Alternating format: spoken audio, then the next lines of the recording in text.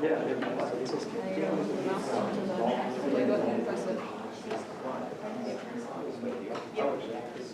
I think we're ready when you are.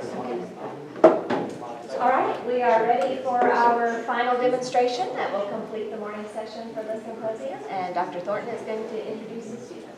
Hey everybody, thanks for sticking around. So our last presentation for this bit is some of my students in game design. This is a really cool project that Brooke worked on, and she'll show you the rest.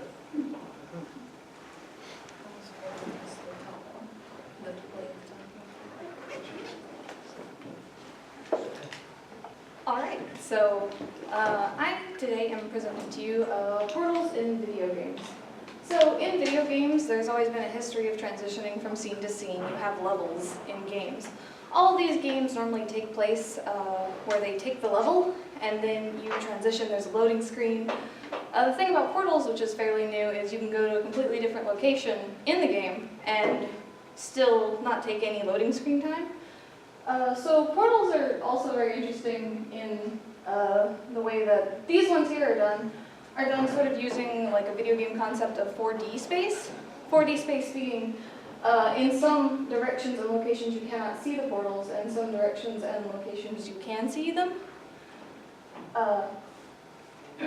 In this game we have several setup where you go between this white world and this black world, and it actually uses two different cameras. It's a surface with an overlay. The original idea of this was from mirrors, where you can look at a mirror and it follows you exactly, but it sort of parallaxes you.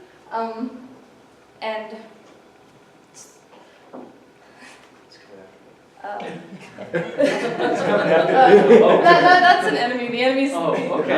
Yeah, the enemies also. Gotcha. The enemies also teleport you. This was more of a conceptual design than an actual full playable game. And what they do is they teleport you to the last portal you went through. The enemies are actually they use a mesh flooring, so on the ground they only have certain places they can go. They can only walk on the ground. Some of them can go through the walls, some of them cannot, based on how I have rendered their flooring. But the transitional cameras that you see when you look through the portals follow the player exactly, but they are placed 3,000 units away from the player in this separate world. So when the player touches the surface of the teleportation, the camera and the player switch places. So when you look back at the portal behind you, you can actually see where you were before. And so if you move left, it moves to the right and it follows you that way. Every portal has its own camera, so every portal has a slightly different view, as I was trying to play around with what it looks like when you look through the portal. So for the first portal you look through, you can see it is very clear, and sort of as you go through the portals, you can see it gets a little grainier or a different effect. I was trying to give it the effect of like sort of a ripple, so when you look through it, you don't actually see exactly what's on the other side. Trying to give it an effect of a different look. The monsters will not follow you through the portals as they are location-based, so when you teleport 3,000 blocks away, they just stop moving because you're no longer in their range. I was going to leave some time in case anybody wanted to try and look at it, or if they wanted to play it themselves. Or if anybody had any questions on the topic. Yes? How many portals are in the game that you have programmed in? I can't, I see you going through there, but I can't identify how many portals. Well, there are, when it comes to the portals, there are two linked to each other, and they're only linked to each other. So if you go through one, you're going to come out the specific other one. So I believe there are 5 different straight links. Okay. But they go to the same 2 worlds. To have a third world, that goes through a different portal, I would have to use a different camera mechanic because the transition swap is between a point A and a point B. So if you were to hit a portal and go switch the cameras, it would move to world A. Okay, so I've heard of some similar stuff before, and one thing I've heard is that like there's something about how you have to have 2 cameras so that whenever you're in the one room and you're about to go through a portal, the image you're seeing is being projected by another camera somewhere else. The surface itself on each teleportation thing is, it is not its own individual camera. There's the camera that the player has, which is one, and the player, and the camera that is behind the other portal 3,000 units away. Okay. So those are the two cameras that are interacting. Their interaction comes when they hit that invisible surface that is the portal. So on one side you see what the camera sees, and on the other side you see nothing. That's where the sort of the four-dimensional space comes in, as there's a sort of like a holding area there that you don't interact with in any way, but it is there for the cameras to interact with. Yeah, right there. Yeah, so look up Oh, again. you Is went the- backwards is through it it. the Okay, moon? no, that was slick. That was Ah. slick. Okay, I like that.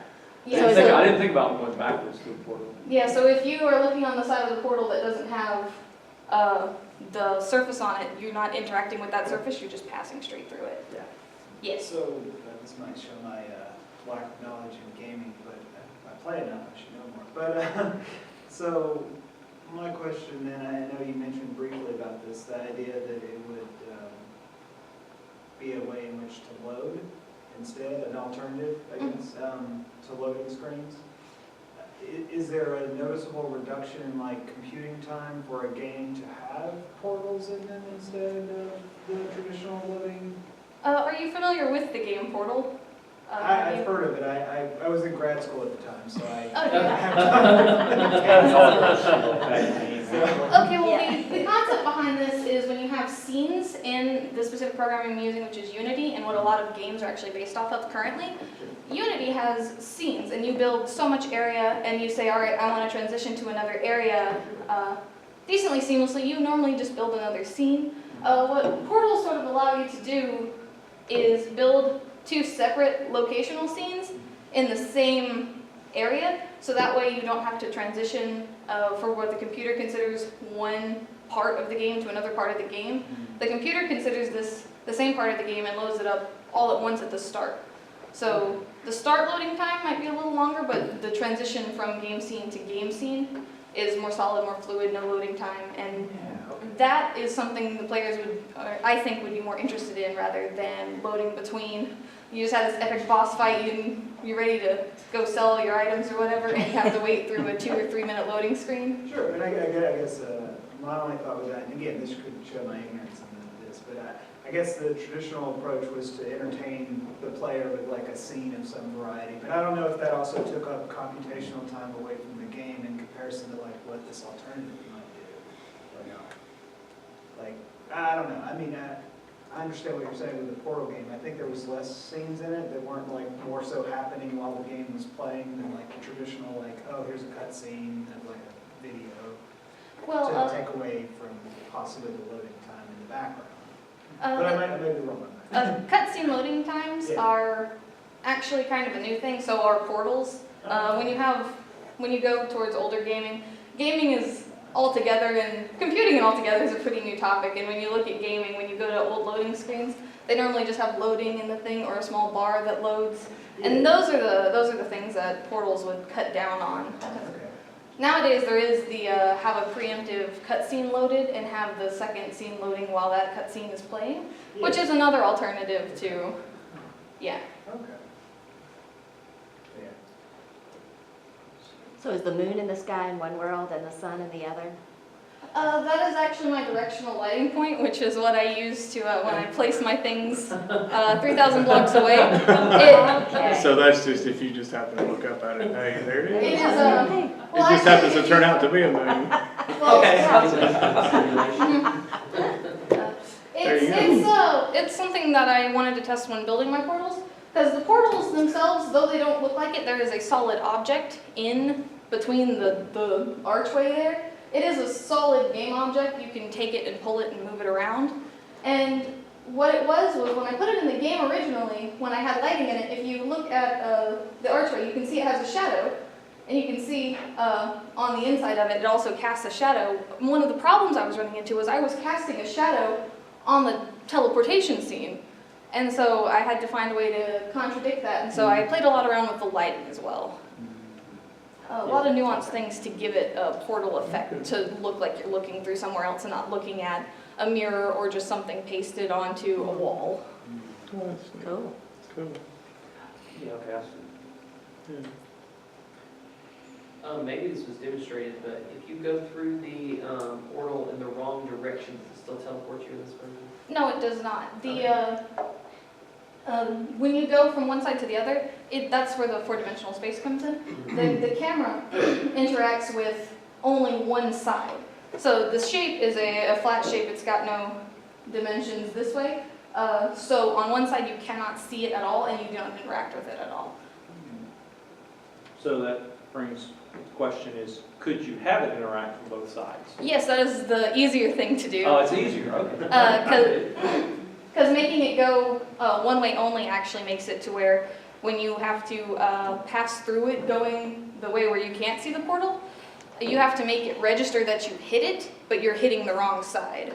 If you have the portal going both ways, you can just say you hit it. Okay. So telling it not to teleport you when you hit it on the side that is invisible, and then to continue to passing through the side that you want to hit is a bit of a complicated coding process, but definitely worth the results, I think.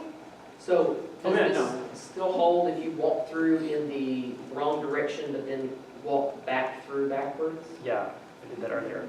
Yeah, he was doing that earlier. You pass through, walk Like through this. backwards. Yeah. Okay. Okay, all right. Yeah, and you can see for a brief second there when he walks through it backwards, you can see where you can interact and see with the portal that you're crossing through. Yeah. The solution to that would be a less widescreen view of the game, but I thought it was an interesting thing to point out in View when creating it. This was more of a demonstrational concept than an actual full-blown video game when I was working on it on game design. The theory behind teleportation, I think, is a very underused thing for changing your location or transitioning in a game. Any other questions? As in real life. Yeah. Just that superpower. Hey, once we master those 4 dimensions, we'll get there. Yeah. Anything else? Okay, and you said people could come play with it if they wanted to? Yeah, if somebody wants to pass through or see how it feels to actually play the game or transition through, the computer's right here with the mouse. Okay, so any other questions before we get to coding? Let's thank our speaker again. And so if anybody wants to come and play, and then we're going to take that